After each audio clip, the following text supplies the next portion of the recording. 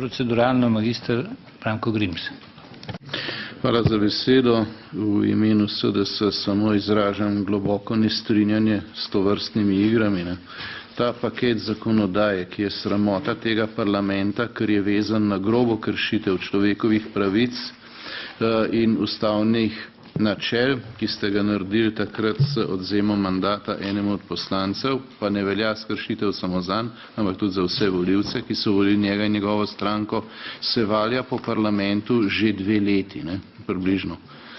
To se pravi, in zdajle prekinjati sejo po vsem tem času in ugotavljati, da nimate zadostnega števila glasov, je še dodatna sramota. Edino skladno z visokimi moralnimi in etičnimi standardi, demokratičnimi načeli in pravno državo, na kjer ste se sklicevali, bi bilo dvoje.